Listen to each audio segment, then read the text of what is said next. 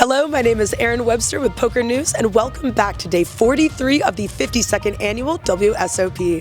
Here's Tiffany with some exciting updates on the main event. Today is the day of the main event champion, and what I mean by that is that we have several returning main event champs in the field making a run for things, if you can call still being alive on day 2 making a run.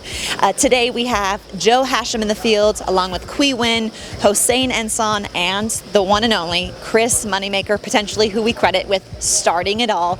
And Chris Moneymaker has a hella lot of chips. He's been at the feature table or the side feature for most of the day, which is streaming on PokerGo, and I had the chance to grab him very quickly when they moved him from being at one of the main normal tables, shall we say, in the field of players.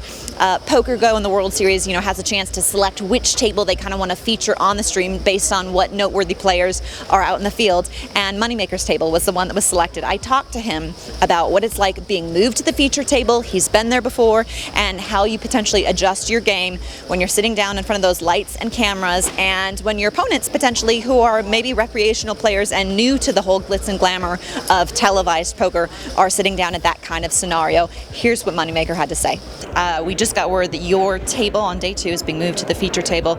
Is that flattering or kind of expected? A little bit of both, maybe. There's still a lot of great players, a lot of former main event champions still in. So I was a little bit surprised actually, because I saw, looking at the leaderboard, that there's a lot of guys with a lot of chips, but it's obviously a little bit flattering, and it's nice to be up there. You're the OG. Well, that leads me to ask, is all of this because of you?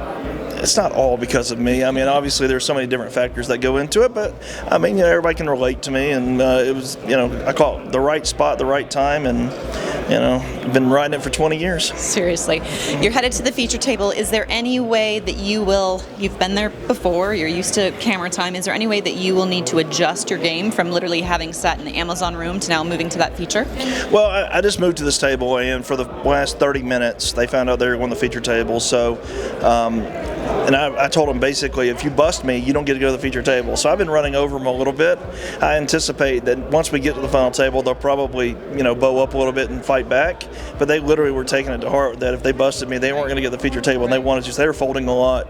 I imagine that will change. But then again, once you get the bright lights on you, it affects everybody a little bit different. So I've been playing with the guys, like I said, for about 30 minutes, but it's going to be a little bit different game now, because the cameras are rolling. People will either tighten up or loosen up depending upon, some might want to show off, some might want to play real tight and not go out. So we'll just have to see how people adjust. But usually, after about 30 minutes or so, people just start falling back into their normal game and forget about it. Is there a way that you can exploit when you're sitting at the table now, just freshly moving? Is there any small adjustments, or you just basically have to sit there and figure out what everyone's doing? Yeah, you basically come into a new table every time with no game plan. You just look and see who has the big stacks and pay attention to how they're playing first, and then you focus on the person on your left and just see how often they're raising, how often they're 3-betting, but how they're playing. Just that's the only problem. I've had 3 table breaks today, and whenever you have a table break, you got to spend 30 minutes to an hour trying to figure out who you can bluff, who you can't bluff, who's going to call, with middle pair, and so you start paying attention to that stuff after about an hour. You kind of figure that out. The problem I have right now is, again, I've been there for 30 minutes, but they've been playing a little bit different than I expect they'll play here going forward. So it's basically, I imagine I'm going to sort of sit back and be patient, but again, at the same time, it's also the main event, so it pays to be patient. There's only one guy at the table that can hurt me chip wise, so and we haven't played a single pot in the 30 minutes that we've been there. He's on the complete opposite end of the table, so I like the table draw. We're going to have a fun table. It's going to be a lot of banter, and hopefully it's just a nice little smooth ride up. I'd like to sit there all day with the same group and just have a nice run. And are you feeling a bit rusty? Just before we started this interview, you mentioned you're like, oh wow, okay, World Series, I'm here, haven't played in a while. Yeah, I had decided to come out yesterday, and when I first got out here, it was definitely weird sitting down at the table for the first time, and actually, I didn't even know I could riffle chips again, but yep, I could do it. And for the first 30 minutes, it was like, wow, this is awesome, sitting here and talking with people and playing in person and, playing poker. After 30 minutes, it's kind of, I remember this, Right. It's kind of old hat and just back into the groove.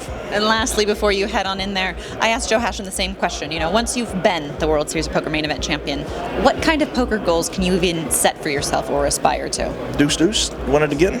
I love it. Honestly, that's about the only thing. At the end of the the day, I just try to support for my family. But after that, I mean, obviously, the only goal that I have in poker per se is just to try to win this thing again. I mean, this is the pinnacle of all poker, is trying to win this event. And so every year I come out and, you know, I haven't played it because of COVID, obviously, the last 2 years or last year. So it's nice to be back, and, you know, hopefully I can make a deep run. And, you know, I've only cashed in this thing one time since I won, so it'll be nice to get a cash and, you know, a deep run under my belt. No easy feat. That's a lofty goal from Chris Moneymaker here at the 2021 World Series of Poker. Can he go back-to-back? It's a little early to tell, but Poker News will be covering the action. I'm Tiffany Michelle, and this is powered by Club GG Poker. At the moment, Moneymaker is still on one of the feature tables, and Eric Lindgren's table, who, if you've been watching poker for many years, you know him from back in the day. He's not as much of a grinder and a regular figure on the professional poker circuit anymore, so I think it's pretty special to see him reappearing at the main event and sitting at the feature table. Along with Eric Lindgren, a few other notable faces: Michael Mizrahi, the grinder. Liv Boeree has come out of retirement all the way from England to come play with us. She is a World Series of Poker bracelet winner. Go look for our video gallery. I spoke with her today. We had a really weird encounter, so go find that video on our YouTube channel. Along with Liv Boeree, of course, Phil Hellmuth is here playing day 2. There was kind of an interesting situation. He was sitting at the feature table today, and Phil sometimes, you know, likes to get in the zone and focus. You know, you might be used to seeing him kind of have some crazy rants, but for the most part, I think pretty early in tournaments, until he starts to get deeper, he's very rock solid and focused. He wanted to put his headphones on, kind of, you know, hide focus, and there was a little bit of a kerfuffle about whether or not he was allowed to wear headphones on the feature table live stream. He put them on, he was told he had to take them off. A tournament director got called over who told him no, he's actually allowed to wear them. They wouldn't enforce him not wearing it. And then finally the eventual ruling ended up being that potentially on the live stream coverage, if the live stream can pick up audio from his headphones, then that could be a licensing issue. So, you know, this might not necessarily have to do with poker, but there's some really unique intricacies when we are holding a tournament, but also streaming it, and potentially how poker players sitting down to just play what they think is maybe their everyday normal poker game now have to adjust for the lights, for the cameras, and for sitting down at a feature table. So Phil ultimately was allowed to keep his headphones, but was sort of told, like, keep them quiet if you do, and he seemed a little bit perturbed about that, but I'm sure if anybody can kind of power through a weird legality about headphones at the poker table, it's Phil Hellmuth.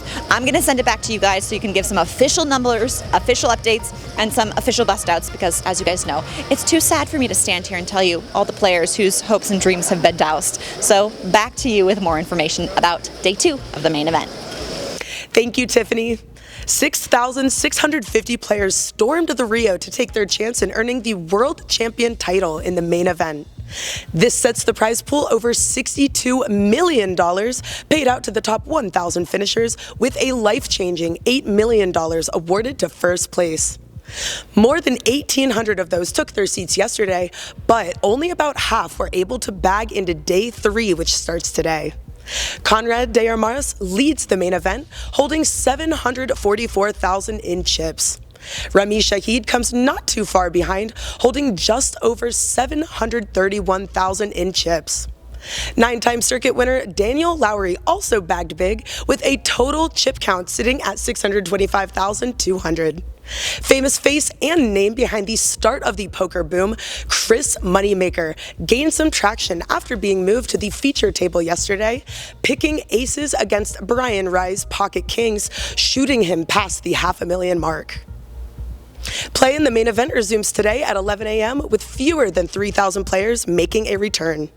Continuing into day 43, we saw a total 3,224 players register to play the little 1-for-1 drop, with 639 players bagging yesterday, bringing our number of returning players for day 2 up to 1,079. Oscar Lache finished day 1C with the largest stack of the night at 518,800 in chips. Also notably, 5-time bracelet winner Brian Rast bagged an impressive stack not too far behind of 459,500 chips. Following 14 levels of action in Event 69, the 1500 stud high-low 8 or better, some familiar faces fought to earn their seat in Day 2, such as Sean Deeb, Ryan Lang, and Nathan Gamble. However, it's Jermaine Reed from the Bronx, New York, to top the leaderboard with a massive 208,500 in chips. Reed is a mixed games player with notably ran pretty deep in the Event 27, the 1500 horse, cashing in 35th place. With so much time and plenty of action in the field, make sure you follow along with all updates as they happen on PokerNews.com, powered by Club GG.